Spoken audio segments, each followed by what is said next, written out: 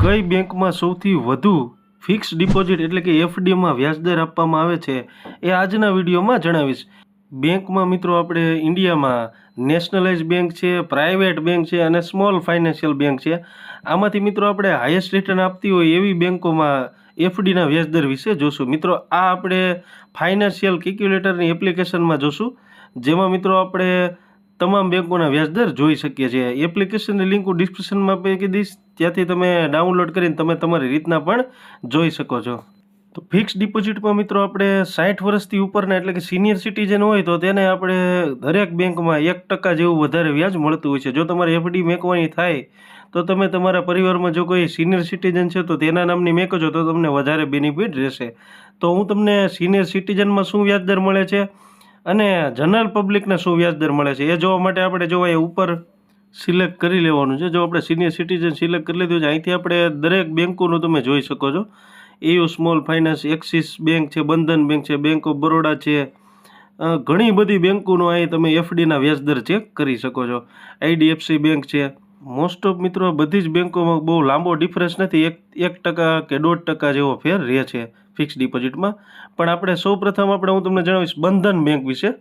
તો બંધન બેંકમાં સિનિયર સિટીઝનમાં વ્યાજદર શું આપવામાં આવે છે. તો જો આપણે 1 વર્ષ માટે એફડી કરાવીએ છીએ તો 8.55% વ્યાજદર આપવામાં આવે છે, અને 1 વર્ષથી લઈ અને 21 મંથ સુધીમાં એફડી કરાવીએ છીએ તો 8.50% એટલે 8.5% જેવું વ્યાજદર આપવામાં આવે છે મિત્રો.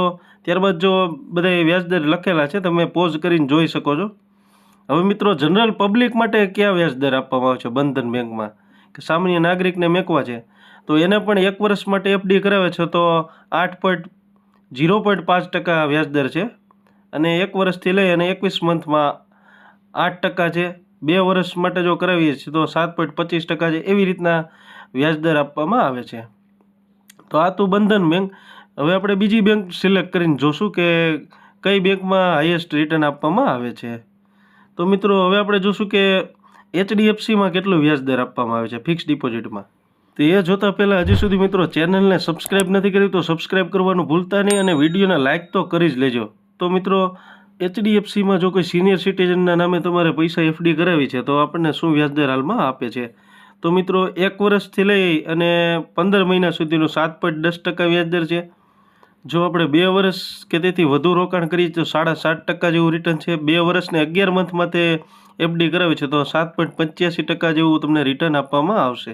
ત્યારબાદ મિત્રો બીજી બેંક આપણે કોઈ જોઈએ તો વધારે આપણને ફિક્સ ડિપોઝિટમાં ઇન્ટરેસ્ટ કેમાં મળશે. તો આપણે જો IDFC ફર્સ્ટ બેંક છે એનું વ્યાજદર જોઈએ કે સિનિયર સિટીઝનમાંથી કેટલું વ્યાજદર આપવામાં આવે છે. તો સિનિયર સિટીઝન માટે જો 371 દીથી લઈ અને 399 દી એટલે 1 વર્ષ જેવું થાય એટલે 8% જેવું રિટર્ન આપશે સિનિયર સિટીઝનને. 400 દીથી 500 દિવસ સુધીનું એફડી કરાવીએ તો 8.40% જેવું વ્યાજદર તમને આપવામાં આવશે. એવી રીતના આપણે 2 વર્ષ માટેનું કરાવીએ તો 7.25% છે. હવે જનરલ પબ્લિક માટે કેટલું વ્યાજદર આપવામાં આવે છે.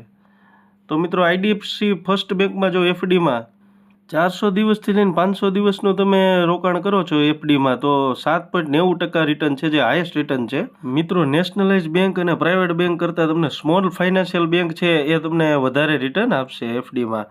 પરંતુ એમાં એફડી કરતાં પહેલાં આપણે બેંક વિશે જાણી લેવું જોઈએ, ત્યારબાદ ડોક્યુમેન્ટ ચકાસી વાંચી અને પ્રોફેશનલની એડવાઇસ લઈને તમારે એફડી કરાવી. તો આપણે સ્મોલ ફાઇનાન્સ બેંકનું જો આપણે રિટર્ન જોશું એફડીમાં તો એમાં જો 1 વર્ષનું છે 8.75% સિનિયર સિટીઝન માટે.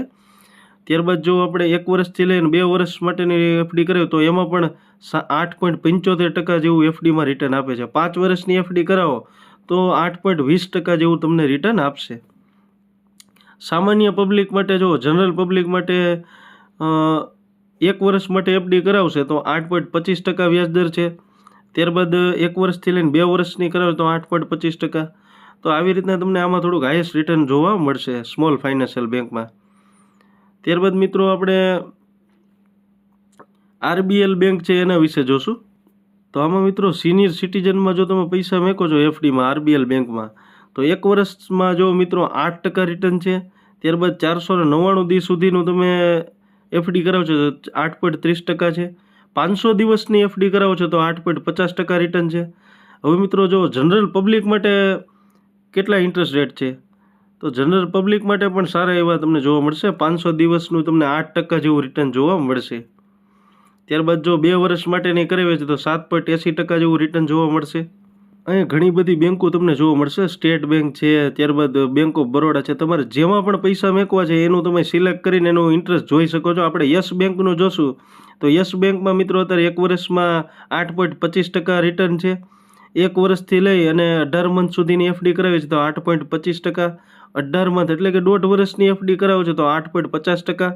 આ સિનિયર સિટીઝન માટેનું હતું. તો મિત્રો હવે આપણે યુનિટી સ્મોલ ફાઇનાન્શિયલ બેંકનું જોશું. તો મિત્રો એમાં જો 501 દિવસ માટેની તમે સિનિયર સિટીઝનના નામે પૈસા મેકો છો તો 9% જેવું રિટર્ન તમને આપે છે. ત્યારબાદ જો આપણે 1001 દિવસની એફડી કરાવીએ છીએ તો 9.5% જેવું રિટર્ન તમને એફડી ઉપર આ બેંક આપે છે. આ મિત્રો સ્મોલ ફાઇનાન્શિયલ બેંક છે.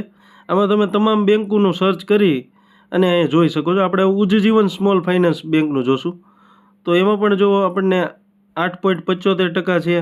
ત્યારબાદ 8.60% 1 વર્ષ માટેનું છે. આવી રીતના તમને જોવા મળશે. તમે તમારી રીતના કેલ્ક્યુલેશન કરી શકો છો.